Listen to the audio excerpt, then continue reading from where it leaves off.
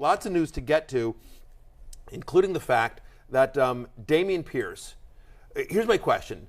Is it, for 101, is it Jonathan Taylor or Dameon Pierce as we get into our Rotoworld headlines?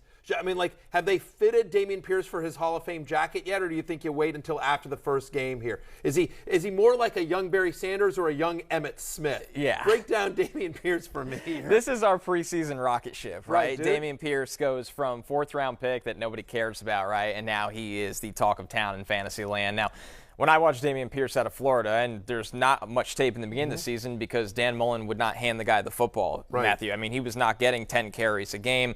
Mullen gets fired. Pierce has 2 monster games, goes into the draft cycle, dominates at the Senior Bowl. Everybody loves the limited tape that he has because he's a power runner that's explosive off the touch.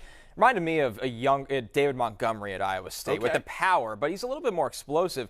But the reason you believe in him as a rookie on the field right away is he's one of the best pass-protecting backs from the draft last year, and that's what gets you on the field, especially with the veteran staff there. So when you look at Pierce, he does one thing, Matthew, that translates to the NFL that is one of the more surefire things. He breaks tackles. He breaks tackles. And when you break tackles in the SEC, that is something we find in the draft community that consistently translates to the NFL level, and that's how we got here with his rise with the Texans. Yeah, and I think people are going to be like, okay, so now where do I draft him? Like, again, I'm joking about the Emmitt Smith, Jonathan Taylor stuff, but, like, he is the buzziest of buzzy players in the preseason. We always want to take a pause here in terms of, like, okay, you know, because we've seen this before where guys have huge preseasons and then just, you know, completely disappoint. I hate to do it to the poor kid, but I always feel like Darwin Thompson is the poster boy for this. A couple years ago with Kansas City, you know, just had an amazing preseason, then just did nothing fantasy-wise. But we both think, and hearing what you're saying, is like, we think this is the real deal, right? Yeah. And you, also, by the way, you think about the tech. I think people shied away from him because of a couple reasons. Unknown, right? Not a lot of draft capital because of the 4th-round pick, and going to Texans. Houston, like, he's not going to be a guy that is going to be on the field because they're not going to be running because they're going to be down because they're bad.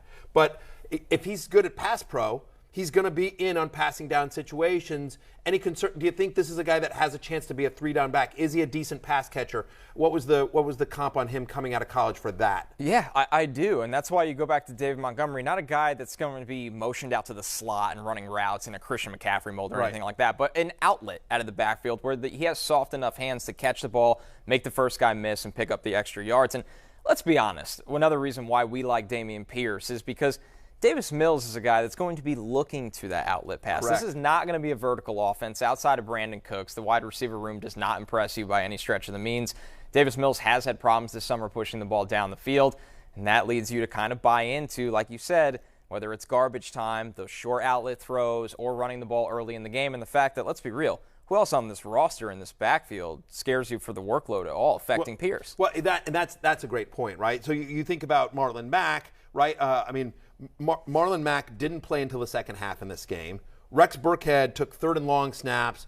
He was also in an early downs on the second drive in the first half. But again, right, you're just like, fantasy is about talent and opportunity. We just talked about the talent of Dameon Pierce. This is somebody that you liked a lot coming out of college, and opportunity is there. They're rebuilding in Houston, and they know, all due respect to Marlon Mack and Rex Burkhead, those guys aren't the future. They've got to get reps for Davis Mills. They got to get reps for Dameon Pierce. Remember, their offensive coordinator is Pep Hamilton, and now Pep's bounced around the NFL and other leagues as well. Not just the NFL. But the last time he was the offensive coordinator of a team, that was in Indianapolis, okay? 2013 to 2015. He was the Indianapolis Colts offensive coordinator. A 30-year-old Frank Gore, 30 to 32-year-old Frank Gore, was 4th in the NFL in total fantasy points. I'm sorry, he was running back 8 in total points. He had the 4th most rushing yards. So Pep Hamilton is somebody who has had success running the ball and creating schemes to get guys open. I think the volume and talent there is Pierce. The question becomes, okay, now where do you draft him? Yeah. Because all the projections are off, and if you're going into your draft this weekend, what do you do? For me, I'm going to update my rankings on Monday, honestly, but I think he's right there in that 20 to 25 range for me among running backs here. Like, I'd take him over Josh Jacobs. I'd take him over Breece Hall. You know, I'd take him over Antonio Gibson. We're going to talk about him in a second. Like, he's in that range of that, you know, we call it the running back dead zone there towards that, you know, towards the end of the top 20. But I think he is a borderline top 20 running back and should be drafted as such if you're heading into your draft this weekend before sort of ranks and projections get updated. Yeah, I think he's cemented himself in that top 25 because, once again, he's not competing for touches. They're treating him like a veteran starter. They haven't been putting a big workload on him. He didn't have a big workload in college. So these are fresh legs, and he's going to need them because you're going to be hit a lot in the backfield, unfortunately, for the Texans. But one variable in this that I'm watching is they drafted Kenyon Green in the first round, the big hulking guard from Texas A&M. He finally made his debut this week for the Texans with the reserves, looked really good as a run blocker. So you look at the Texans, and one of the critiques of Pierce is, well, what is he running behind? This is a unit that's getting better in the trenches. They are taking, that front office came from New England. They're taking that mold of being a run-first team. He's the run-first back. You bring up Frank Gore. Pep doesn't need these shifty, speedy outside zone runners to thrive. You can have a bit of a hulk in between the tackles. So Pierce is a good fit for what they want to do, and a team that they have a long ways to go, but they are trending the right direction on the offensive line. Obviously, Lovie Smith, as a defensive coordinator, a defensive-minded head coach, comes in there. I think they're going to be conservative. And also, by the way, if you have a bad offensive line, volume masks a lot of that. And we expect Dameon Pierce. The way that they're using him in the preseason and the competition he has in that running back room, I don't think this is a three-headed committee. I think this is Dameon Pierce is the starting running back. I think he's got a chance to be a bell cow running back for an NFL team, and that has a lot of fantasy value. Let's move on now to a real veteran, and that's Tom Brady, who's actually expected to play in the preseason finale. We still don't know what he was doing. Was he filming The Masked Singer? We don't know. Golden question of the summer. By the way, my the social media person, we have this great person, Kendall Valenzuela, who you may know because she used to do a podcast at Pro Football Focus as well. Kendall Valenzuela, who comes over to fantasylife.com, and she runs our social for us, and she's an analyst for us, does a great job. She's the one that floated that theory first. Like, she did a video and it just sort of blew up. So props to Kendall, because everyone was talking about the fact that was Brady on The Masked Singer. The internet ran with it. It's a great theory. Everyone ran with it. Internet ran with it. We don't know where he was, but here's what we do know. He's going to play in the preseason finale after missing some time in training camp, and more importantly, the concerns on the offensive lines, Connor. How concerned, if at all, are you on Tom Brady? I'll just say this. I'm at QB5. I'm in on TB12 this year. No concern at all. 3 rules of every day, Matthew Barrett. I'm not a big rules guy. Right, clearly. Wake up, make your bed, brush your teeth, and don't bet against Tom Brady. It's as simple as that. That's all you have to know. You do not ever wake up and go, today's the day I'm going to pick against Tom Brady. And that's in any rule, whether it's betting, whether it's fantasy, whether it's actual football games.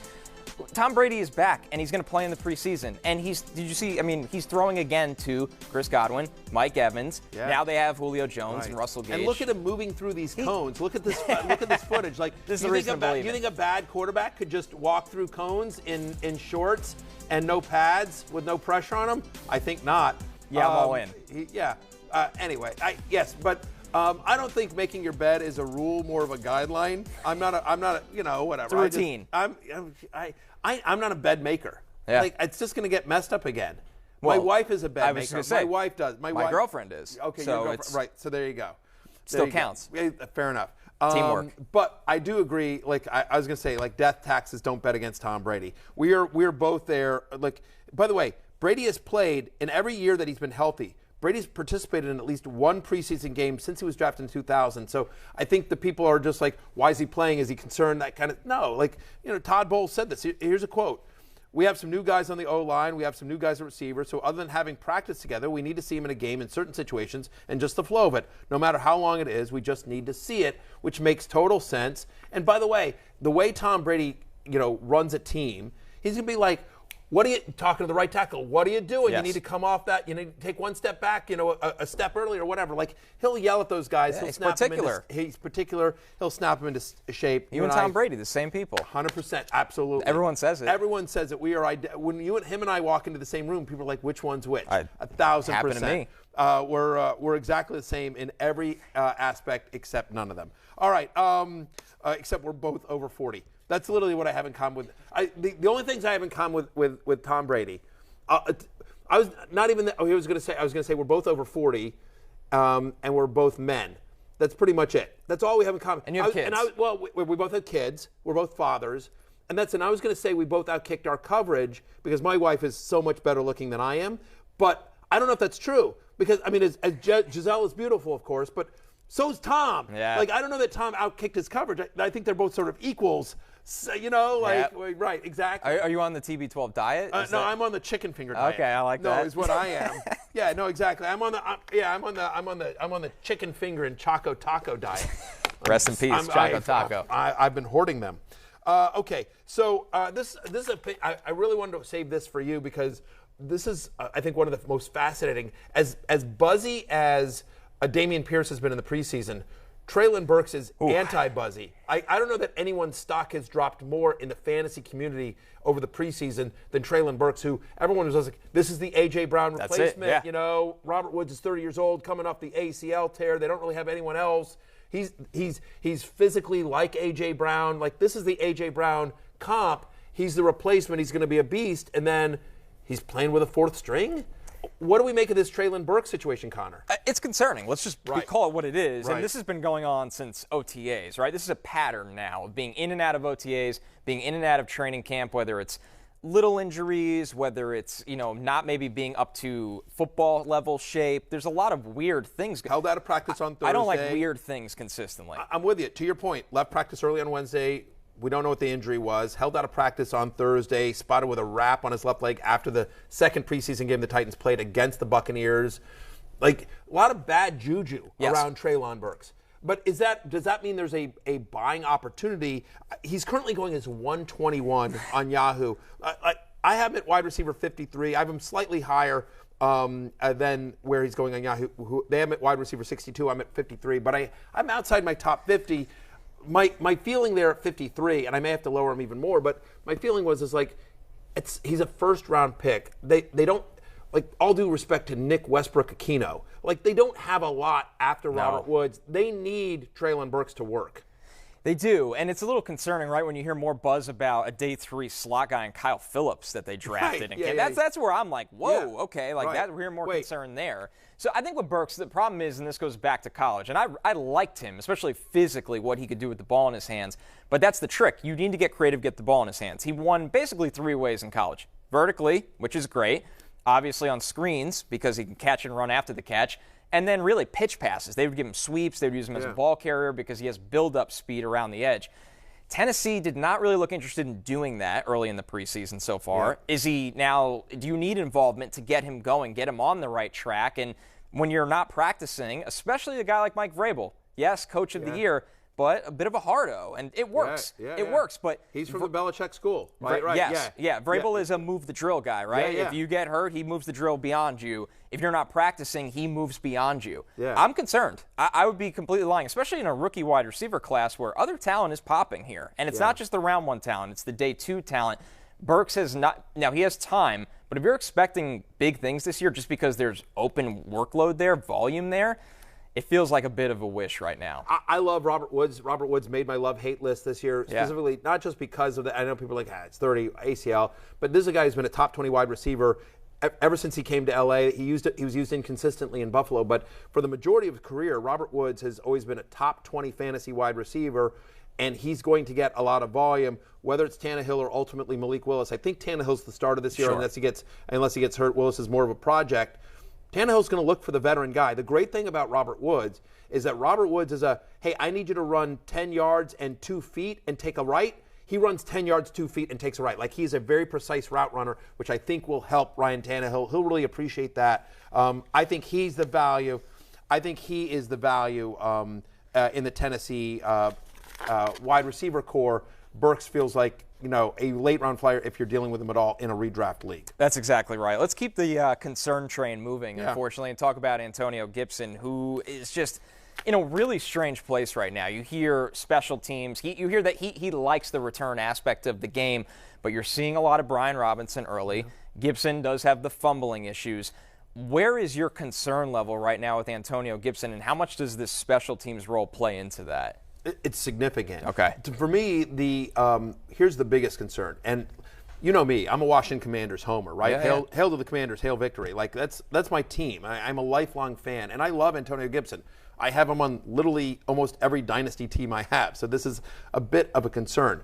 That said, yes, I don't put as much into the returning kicks. thing as other people do. People like always being banished to special teams. I think that's a need for Washington. Like Washington's had bad special teams. He's good at it. And he's good at it. He returned kicks during his time at Memphis. So this is, I believe this is Ron Rivera saying like, hey, we've got a guy that can do this well and we have a need here. So we're going to do that. We're just trying to get, but having said that, when you're playing on special teams, that's less snaps that you're playing. They do like Brian Robinson. You mentioned the fumbles.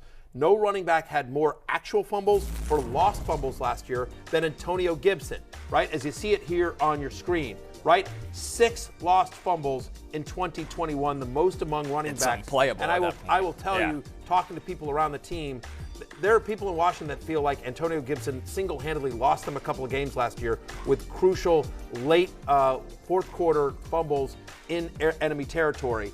That's one of the reasons why they drafted Brian Robinson. This is a concerning. This is what I put in my love-hate column, by the way. He also made the hate. I mean, for me to put a Washington Commander player on the hate list, you know there's concern, Connor. Get this. Last year, Antonio Gibson was 38th among running backs in fantasy points per touch, minimum 100 touches. In other words, like if he's not getting great volume, which is what he got last year, even with J.D. McKissick around, like that's problem. Like that's problematic. We have no guarantee that he's going to get the goal line rolled. Brian Robinson's a big bruising back, right? I mean, you can talk about that. The Alabama factory. Alabama factory, exactly. Like find yourself someone who looks at you the way that Washington Commanders look at guys coming out of Nick Saban's program. They love the Crimson Tide in Washington. And so Robinson, who is a finisher in college and has looked good in the preseason, even if Gibson gets half the work as opposed to the majority of the goal line work on this team that we think is going to be in scoring position more often, and with Carson Wentz, they probably throw more. Getting Logan Thomas back helps as well, another big red zone target. I'm super concerned with Antonio Gibson, especially at his current ADP. He's going as running back 22 and 57th overall. I have him at running back 27, number 72 overall. I'm lower on him in the running back ranks and in the consensus. And honestly, I think I'm going to drop him even further. If there's one shining spot for Antonio Gibson is if you watch those games, they're actually using him on third down. He actually may be taking the J.D. McKissick role, weirdly, because people forget Antonio Gibson was a wide receiver at Memphis. Yes. Like he's a converted running back, and so maybe they're just like, you know what? We're going to use you on kicks. We're going to use you, try to create some mismatches in the backfield, but we're also going to use you on third down in the passing game role, which gives him value in fantasy, but not where he's being drafted. It sounds like Cordell Patterson when you say it like that, but obviously a different situation and last different player. But absolutely. Yeah, but the Brian Robinson draft pick interests me so much because he's almost the exact opposite in so many different ways. Ball security is great. He's obviously a big hulking back. He doesn't bring that 4-3 explosive play threat in any sense.